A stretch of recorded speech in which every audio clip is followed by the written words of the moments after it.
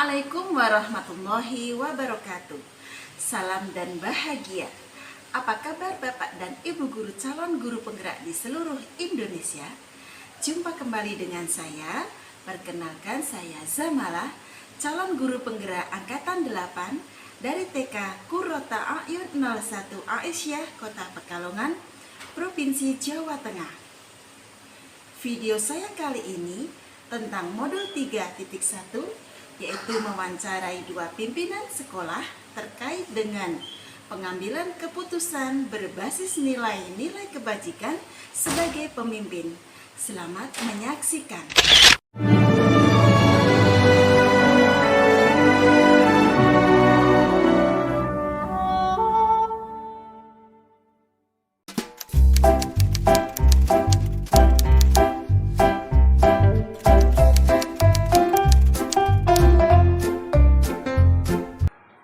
Assalamualaikum Dian. Waalaikumsalam warahmatullahi wabarakatuh. Gimana Bu? Alhamdulillah sehat. Gimana juga kabarnya Bu Dian? Alhamdulillah sehat. Bu Malak tetap semangat ya untuk CGP angkatan 8-nya. Iya Bu Dian, terima kasih atas motivasinya. Oh iya Bu, saya senang sekali mendapat kesempatan dan Ibu meluangkan waktu ya untuk berbincang-bincang dengan saya. Saya mewawancara Ibu ini untuk Bu, mendapatkan sebuah wacana tentang praktik pengambilan keputusan yang selama ini dijalankan. Nah, terutama untuk kasus-kasus yang dimana nilai-nilai kebajikan saling bersinggungan Budian. Nah, atau untuk kasus-kasus dilema etika yang sama-sama benar. Oh iya teman-teman, sebelumnya perkenalkan dulu ya beliau ya, Budian. Monggo Budian untuk memperkenalkan. Terima kasih. Saya Anadiana Santi, Kepala TK Qurrata A'yun 01 Aisyah, Kota Pekalongan, yang saat ini kebetulan jadi Kepala Sekolah dari CGP Ibu Zamalah SPDI di angkatan 8. Gitu Bu. Ya, terima kasih Budian. Baik, untuk kegiatan pada hari ini bisa dimulai ya Bu ya. Silakan. Baik Budian, ini saya akan mewawancarai Budian ya terkait dengan pengalaman dan praktik baik yang sudah Ibu jalankan selama ini. Kemudian apa yang dilakukan Budian selama menjadi pemimpin, terkait praktik apa yang sudah dijalankan dengan pengambilan keputusan dilema etika tersebut Budian. Nah, baik Budian, untuk pertanyaannya yakni bagaimana Budian dapat mengidentifikasi kasus-kasus yang merupakan dilema etika atau bujukan moral? Ya, Bu. Terima kasih. Untuk dilema etika yaitu yang saya pahami itu adalah yang baik versus baik. Jadi keduanya saling membutuhkan satu sama lain. Nah, ini yang mungkin saat ini di Qurrata A'yun masih menjadi dilema untuk kami, karena sama-sama saling menguntung, saling punya kebutuhan masing-masing. Jadi mungkin untuk keputusannya saya merujuk beberapa kebutuhan, ataupun tetap saya tidak sendiri, karena pada dasarnya saya adalah perpanjangan tangan dari pimpinan kami, yaitu pimpinan daerah Aisyah Kota Pekalongan. Kemudian yang selanjutnya itu bujukan moral itu adalah yang baik versus yang kurang baik gitu ya. Ya, saat ini kami di sini tidak sering mendapatkan kasus yang seperti itu, tetapi lebih banyak pada kasus yang dilema etika seperti itu. Oke, baik Budian. Berarti selama ini Budian menjalankan sudah ini ya Bu ya, sesuai dengan peraturan, kemudian pengambilan keputusan juga ya, tidak sendiri ya Bu ya. Iya. Saya karena saya punya pimpinan kayak gitu, saya punya di atas saya, jadi yayasan itu sebagai pengambilan yang terakhir, keputusan yang terakhir. Selain saya juga memberikan kontribusi untuk masukan-masukan yang terkait intern kami internal seperti itu. Baik, luar biasa ya Bu Dian ya. Butuh ini ya Bu ya, ada dukungan, tidak sendirian juga diputuskan sendiri ya Bu Iya, ya. betul. Oke Bu Dian, saya lanjutkan untuk pertanyaan berikutnya. Ini Bu, langkah-langkah atau prosedur seperti apa yang biasa Ibu lakukan selama ini? Iya, banyak untuk kasusnya, yang maksudnya aspek ya, antara guru dengan guru, kemudian wali murid, kemudian siswa. Yang sering kami alami yaitu antara guru gitu. Jadi maksudnya ini yang sering kami alami di lima etika, yaitu ada di rekan guru seperti itu. Adapun apa tadi? Mohon maaf. Langkah-langkah atau prosedurnya? Prosedurnya kami sudah memberikan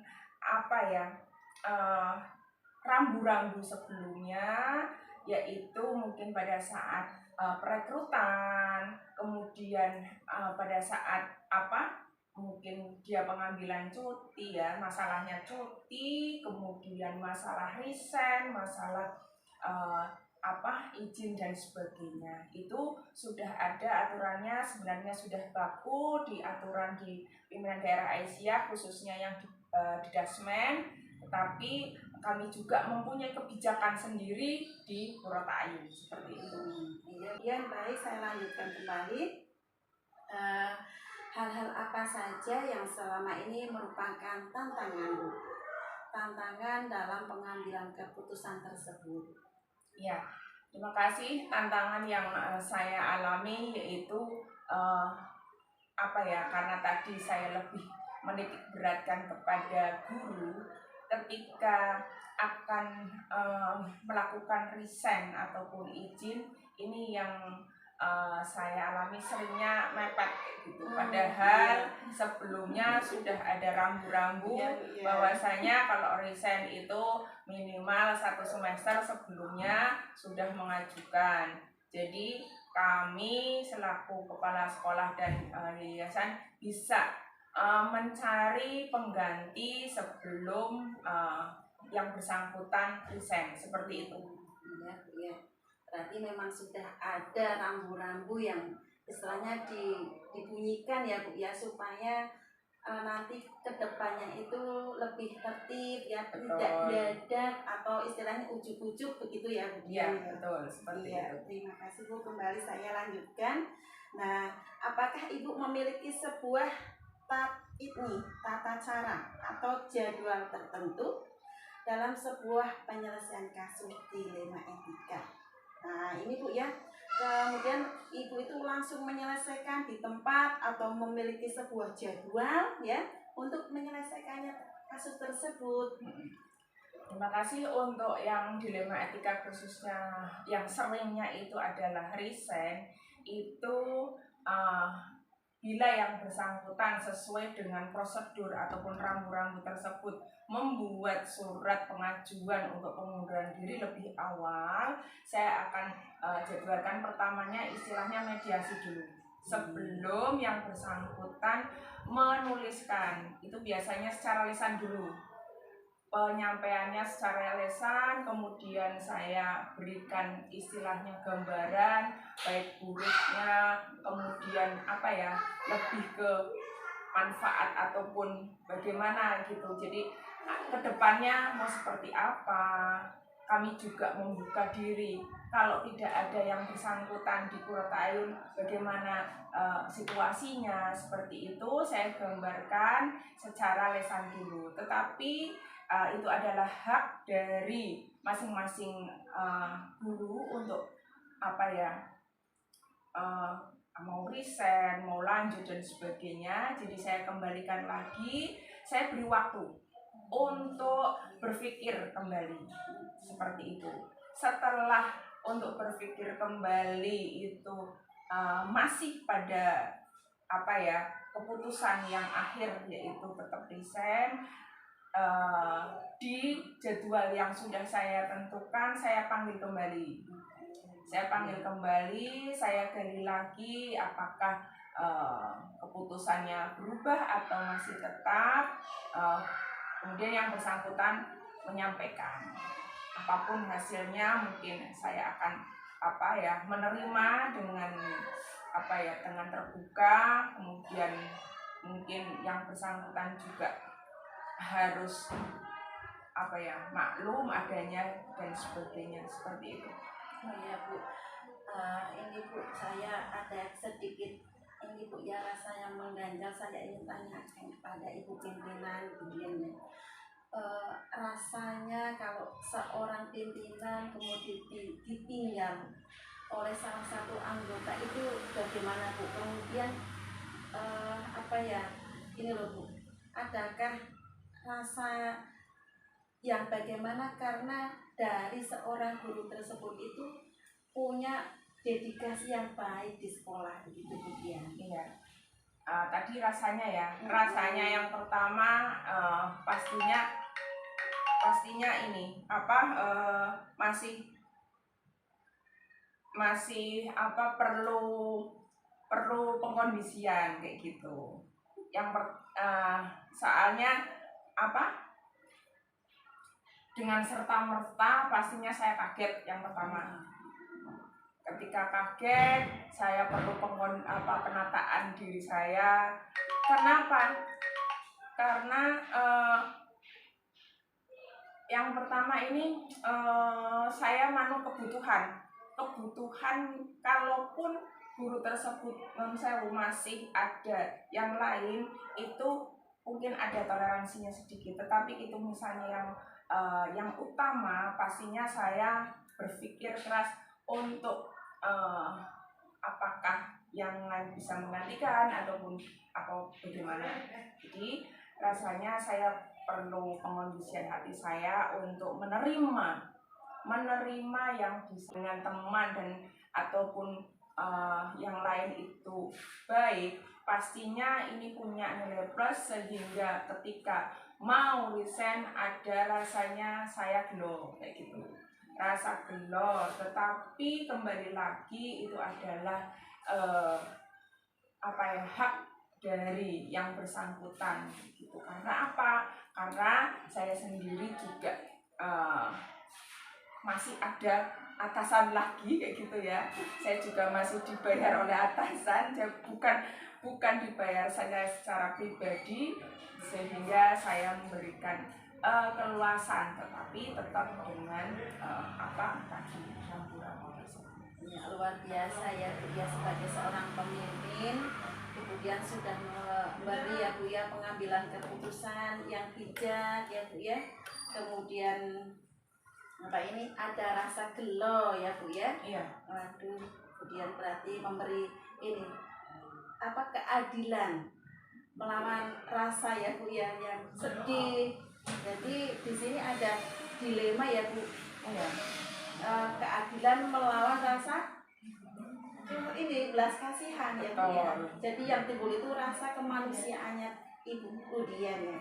Oh ya Bu, berikutnya, adakah seseorang Bu atau faktor apa yang selama ini mempermudah atau membantu Rudian dalam mengambil keputusan kasus dilema tersebut? Ya, yang memudahkan saya itu mungkin Allah gitu ya, karena tadi saya berikan secara mediasi, kemudian untuk berpikir ulang dan sebagainya. Tapi pada dasarnya kami sudah memberikan kemudahan untuk pengajuan itu 1 semester. Nah, ini tujuannya untuk mencari pengganti, minimal itu yang sama secara karakter, kompetensi, kualifikasi, loyalitas dan sebagainya. Jadi kalau memang sudah terpenuhi itu, sedangkan yang bersangkutan ada resign, mungkin sudah bisa tergantikan, seperti itu. Ya.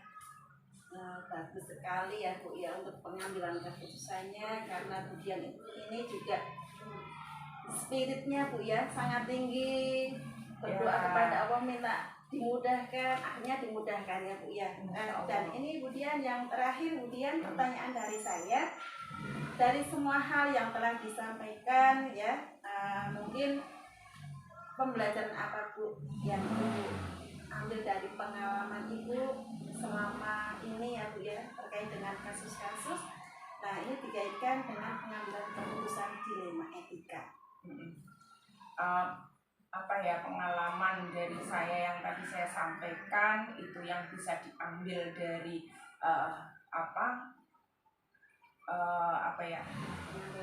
pengambilan keputusan.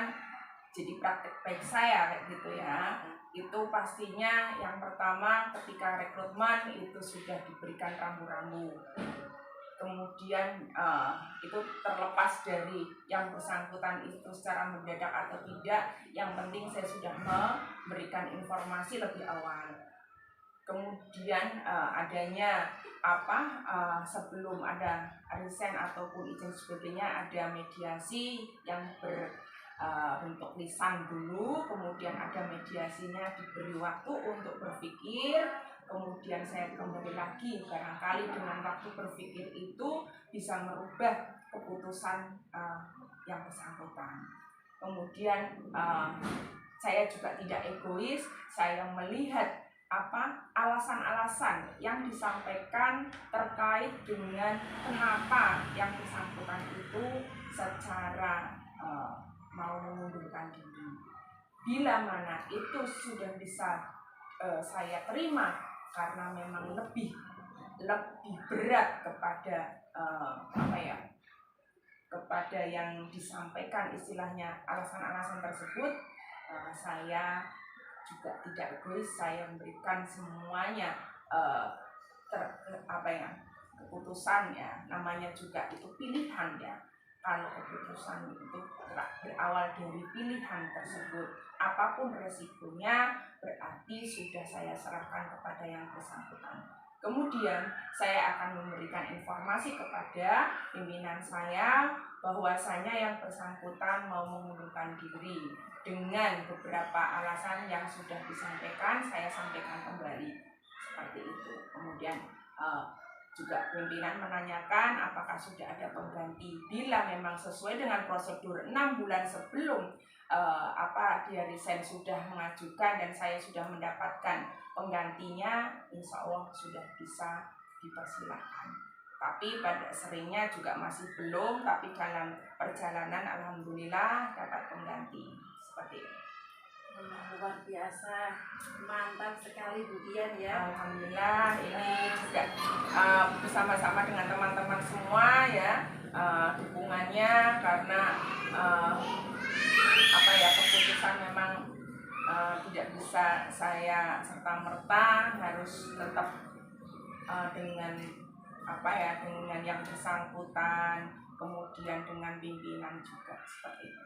Baik, terima kasih Bu Dian ya atas waktunya dari awal sampai akhir ya, dari beberapa pertanyaan sudah dijawab dengan baik, dengan lancar dan sangat mantap terhadap pengambilan keputusan yang bernilai kebajikan.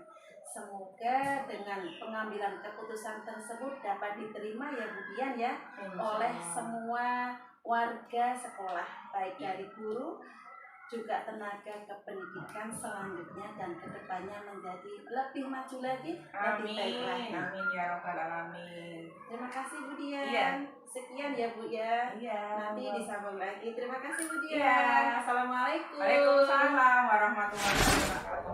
Assalamualaikum Pak Ayin. Waalaikumsalam warahmatullahi wabarakatuh. Bu Malah. Gimana kabarnya Pak Ayin? Alhamdulillah sehat. Berbuat Baik Pak Ayin. Seperti janji kita kemarin ya Pak ya, saya akan ini sedikit berbincang-bincang panjangan. Terutama saya pribadi mengucapkan terima kasih atas kesediaan Bapak, kesempatan Bapak dan meluangkan waktu Bapak buat saya berbincang-bincang mengenai ini Pak di sini nanti saya akan mewawancarai Bapak dengan mendapatkan sebuah wacana tentang praktik pengambilan keputusan yang selama ini Bapak jalankan, terutama untuk kasus-kasus yang dimana nilai-nilai kebajikan saling bersinggungan, atau untuk kasus-kasus dilema etika yang sama-sama benar. Di sini saya Samala Pak, nama saya Samala. Saya calon guru penggerak angkatan 8 dari TK Qurratu A'yun 1 Aisyah Kota Pekalongan, Provinsi Jawa Tengah. Nah, selebihnya mohon Pak Ayin untuk bisa mengenalkan diri. Terima kasih Bu Mala. Pertama saya terima kasih ya, atas kepercayaan ya, dari sekian banyak kepala sekolah saya yang akhirnya panjenengan pilih untuk diwawancarai. Saya Mubariyin, Kepala SD Muhammadiyah 01 Kandang Panjang Kota Pekalongan, dan mudah-mudahan saya bisa membantu program yang harus panjenengan selesaikan terkait dengan calon guru penggerak. Oke. Pripun Bu Mala? Baik Pak Ayin, bisa dimulai ya berarti ya. Nah, ini jadi nanti saya akan mengajukan beberapa pertanyaan Pak Ayin ya. Saya ini sangat terima kasih Pak Ayin ya atas kesediaan Bapak ya. Nah, ini Bapak selama ini kan menjadi seorang pemimpin ya, dimana mungkin Bapak selama menjadi pimpinan itu sempat mengalami kasus-kasus yang mungkin kasus-kasus itu benar melawan benar atau benar melawan salah, kemudian ada yang tujuan moral begitu Pak ya. Nah, di sini saya pengen tahu nih Pak pengalaman Bapak ya terkait dengan ini Pak, kegiatan saya yaitu di modul 3.1 pengambilan keputusan berbasis nilai-nilai kebajikan sebagai pemimpin. Nah, ini Pak ya, untuk pertama saya ini Pak menanyakan bagaimana Bapak dapat mengidentifikasi kasus-kasus yang merupakan dilema etika atau kebajikan moral. Oke, terima kasih. Jadi begini, pertama saya awali begini, di setiap lembaga pendidikan itu kasus itu pasti ada, termasuk yang kaitannya dengan dilema etika atau rujukan moral tadi. Nah, kaitan dengan identifikasi, saya baru bisa mengidentifikasi kalau memang kasus-kasus itu sudah sampai pada saya dan memang menjadi dilema di sisi A benar, sisi B juga benar. Nah, itu yang terkadang kita harus bijak ya, mengambil keputusan-keputusan dengan kaitan dengan kasus-kasus yang semacam ini. Begitu. Baik Pak, berarti untuk selanjutnya bagaimana Bapak menjalankan pengambilan keputusan di sekolah Bapak ya, terutama untuk kasus-kasus di mana ada dua kepentingan yang sama-sama benar atau sama-sama mengandung nilai kebajikan. Oke. Ada banyak kasus sebenarnya. Contoh yang terkait dengan dilema etika, misalnya perpindahan siswa dari sekolah lain ke sekolah kita yang jaraknya tidak begitu jauh, itu menjadi dilema juga sebenarnya, antara diterima atau tidak diterima. Yang kedua, yang paling hangat kaitan dengan P3K atau semacamnya begitu, karena kita sekolah swasta. Satu sisi kita tidak bisa membatasi karir seseorang, sisi yang lain kalau semua guru yang potensial itu kemudian daftar P3K dan pindah, itu menjadi masalah juga untuk kita. Nah, itu yang kadang beberapa masalah itu yang pemecahannya agak sulit. Kaitannya dengan pertanyaan tadi, tentu saya tidak langsung mengambil kebijakan kaitan dengan masalah itu sendirian. Kalau masalahnya seperti tadi, maka saya harus komunikasi juga dengan pihak yayasan ya sebagai pengambil kebijakan di atas saya. Tapi untuk kasus-kasus tertentu yang itu bisa selesai di tingkatan sekolah, maka saya harus secepatnya ambil keputusan di tingkatan sekolah. Gitu. Baik Pak Aim. Nah, dalam langkah-langkah atau prosedur yang biasa Bapak lakukan selama ini bagaimana Pak? Prosedurnya ketika mungkin tadi ya sudah Bapak ceritakan ketika ada murid yang ingin kesini. Murid kesini itu dalam arti murid itu sudah sekolah. Yeah. Kemudian ingin pindah. Ya mungkin ada sesuatu ya dari pihak keluarga ya atau orang tua yang ingin berkenan pindahnya ke sekolah Bapak. Bagaimana prosedurnya? Kalau secara umum asalkan yang mau pindah itu bawa surat pindah dari sekolah lain, maka kita harus menerima. Tetapi selama ini yang saya lakukan, kalau yang mau pindah itu dari sekolah yang berdekatan, saya sarankan untuk tidak pindah. Sama-sama dekat dari rumahnya ya.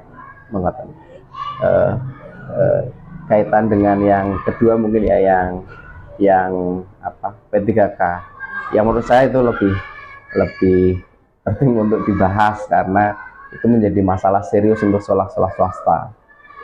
Ya, jadi ada beberapa sekolah yang dia tidak berusaha membatasi karir guru. Kemudian ketika penerimaan P3K tiba-tiba ada 8 guru yang diterima. Itu menjadi masalah besar. Nah, kasus-kasus seperti itu biasanya prosedur yang dilakukan oleh kepala sekolah tidak bisa diselesaikan di tingkatan sekolah, maka harus ke yayasan. Nanti kebijakan akhir di yayasan itu. Ya baik Pak Aim, terima kasih atas jawabannya. Kemudian Pak, ini hal-hal apa saja yang selama ini Bapak anggap efektif dalam pengambilan keputusan pada kasus-kasus di etika? Oke, jadi sebenarnya tidak hanya di dilema etika, semua kasus itu bisa diselesaikan apabila kita awali dengan pendekatan personal. Gitu. Seorang pimpinan di lembaga manapun, ketika dia belum mengetahui permasalahan secara utuh kemudian mengambil kebijakan, tentu kebijakannya bisa jadi akan salah. Gitu. Maka pendekatan personal kepada masing-masing pihak itu penting, karena bisa jadi ketika kita nanya si A jawabannya B, ketika nanya si B jawabannya A, seperti itu kira-kira. Butuh kehati-hatian Pak ya. Bener nggak gitu? Kira-kira seperti itu. Agar kita tidak salah ya Pak ya. J. Di satu sisi kalau kita menerimanya dari satu pihak ya Pak ya. Mungkin itu menjadi hal yang nanti sepertinya kok kurang pas kayak gitu Pak. Kalau kita ambil keputusan tanpa kita memandang dari segi-segi yang lain. Iya, benar. Baik Pak, saya lanjutkan ya Pak ya. Kemudian yang selama ini Bapak sudah alami ya Pak ya, merupakan tantangan dalam pengambilan keputusan di dilema etika, apa saja Pak ini? Hal-hal ataupun tantangan, kendala-kendalanya seperti itu. Ya tadi kasus dilema etika itu kan kasus unik. Jadi kita ngambil pilihan A juga benar, ngambil pilihan B juga benar. Nah, maka yang saya lakukan biasanya keputusan itu tidak langsung saya ambil sendiri. Saya punya teman-teman guru senior yang luar biasa, yang itu bisa menjadi tempat curhat saya. Ya, ini jujur Mbak. Jadi ada beberapa yang kayak Bu Esti, Bu Aminah, bekas kepala sekolah, Bu Asih, Bu Asia, yang jauh di atas saya, yang ketika ada kasus-kasus yang dalam tanda kutip tadi dilema etika ya atau bujukan moral itu, nah saya ngadunya ke mereka. Nah, masukan-masukan dari mereka tidak kemudian mentah-mentah saya jadikan keputusan, tapi sebagai masukan untuk saya ngambil kebijakan agar bisa diterima oleh semua pihak. Luar biasa sekali ya Pak Ayun ya. Ya, insya Allah. Walaupun Bapak sudah jadi seorang pemimpin ya Pak ya, tetap punya jiwa ya Pak ya. Untuk ini loh, tidak hanya saya sebagai pemimpin saya harus begini, tapi hanya dengan tetap ya Pak ya ini membuka aspirasi ya Pak ya. Jadi masukan-masukan itu mungkin bisa membawa angin segar, kemudian bisa membantu. Berarti di sini tentunya kolaborasi ya Pak ya. J. Karena sepinter apapun, sehebat apapun ya, seseorang, dia tidak akan menjadi apa-apa tanpa dukungan orang lain. Termasuk saya, termasuk saya. Luar biasa Pak Ayun. Bagus, saya salut sekali. Baik Pak, saya lanjutkan ya Pak ya. Nah, apakah Bapak memiliki sebuah jadwal tertentu dalam sebuah penyelesaian kasus dilema? Kemudian Bapak itu langsung menyelesaikan di tempat atau memiliki sebuah ini loh Pak, jadwal kapan untuk menyelesaikannya atau pertimbangannya dari bentuk prosedur apa saja nanti Bapaknya akan dijalankan. Kan Bapak kan merancang dulu nih setelah mendengar ya Pak ya. Nah, tak langsung hari ini harus jadi. Oh maaf saja, kan ini masih hangat. Bapak nanti sambil refreshing apa gimana itu. Oke. Kalau saya di kasus apapun, saya biasanya langsung berusaha menyelesaikan. Baik itu kasus dilematika ataupun non dilematika. Saya tidak ingin ada kasus yang berlarut, karena itu akan menimbulkan kasus-kasus baru. Nek ora segera ditangani satu kasus, itu nanti akan menimbulkan kasus-kasus baru. Contoh gini, ada dua orang yang sedang berselisih. Saya tahu, tapi saya tidak mau tahu. Ini bisa jadi nanti yang berselisih itu 3, 4, 5 orang bersama teman-teman, dan itu akan lebih sulit diselesaikan. Maka ketika ada kasus, apapun kasusnya, harus respon cepat tadi, harus segera terselesaikan agar tidak menimbulkan kasus-kasus yang lain. Apakah Pak Ayun punya jadwal? Tidak, karena saya tidak ingin buat kasus. Pengennya nggak ada kasus. Pengennya tidak ada kasus. Tapi kalau ada kasus, ya terpaksa harus segera diselesaikan.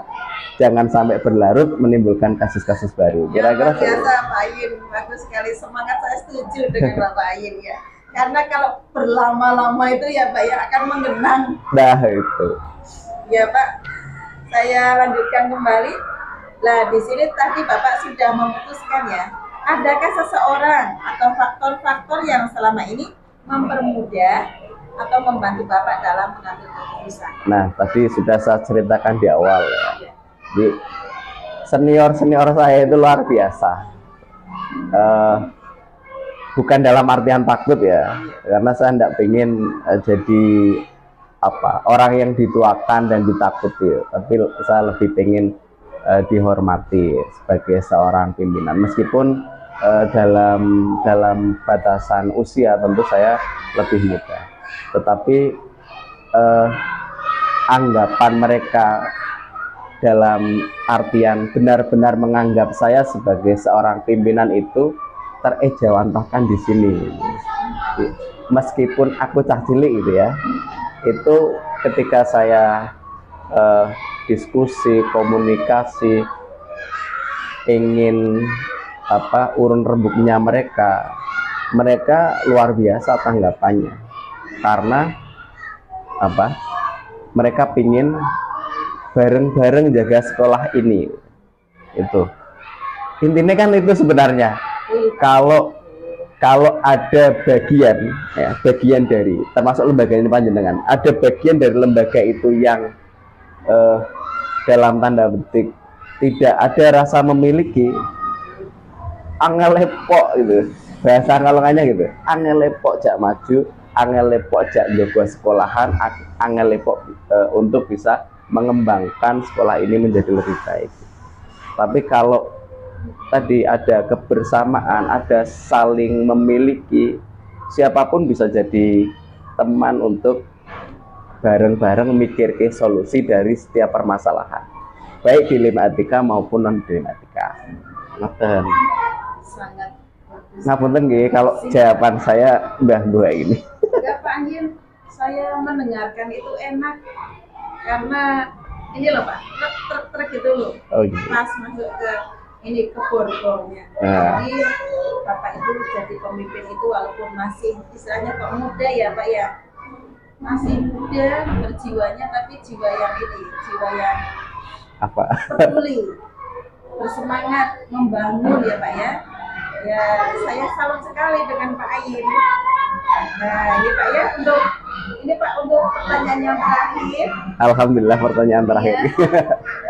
Dari semua hal yang sudah disampaikan Bapak terkait dengan tadi kasus-kasus yang sudah Bapak alami selama menjadi seorang pimpinan, pembelajaran apa yang dapat Bapak petik dari rangkaian-rangkaian kasus tersebut? Ya, oke. Gini, jadi mengambil keputusan itu pertama harus proporsional. Ya, proporsional.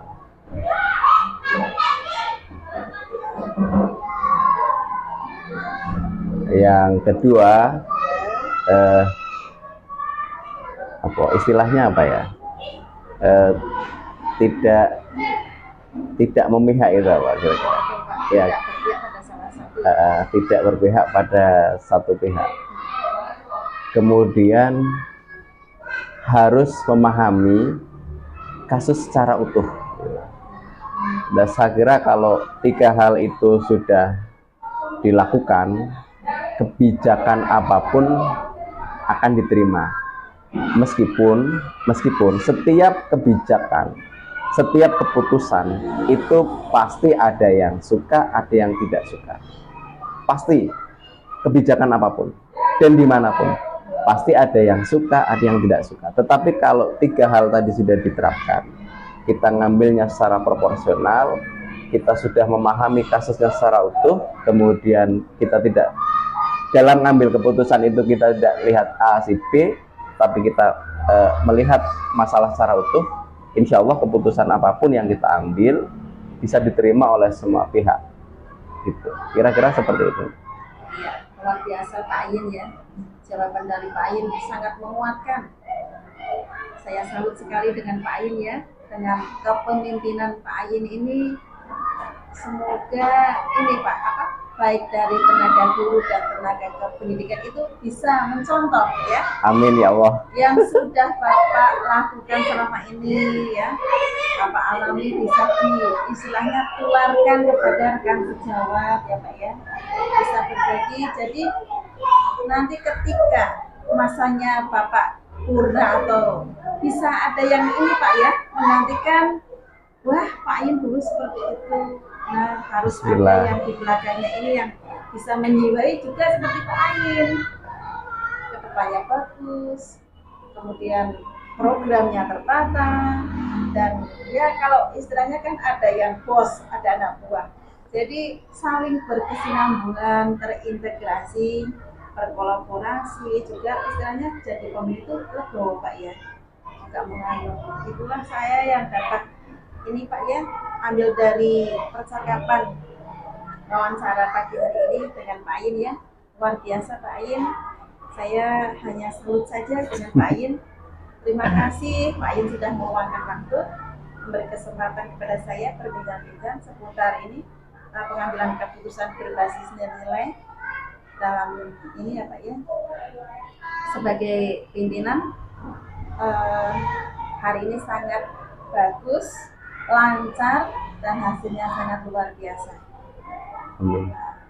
Terima kasih Pak Ayin. Sama-sama Bu Malah. Ya, terima kasih Pak Ayin. Assalamualaikum. Waalaikumsalam warahmatullahi wabarakatuh.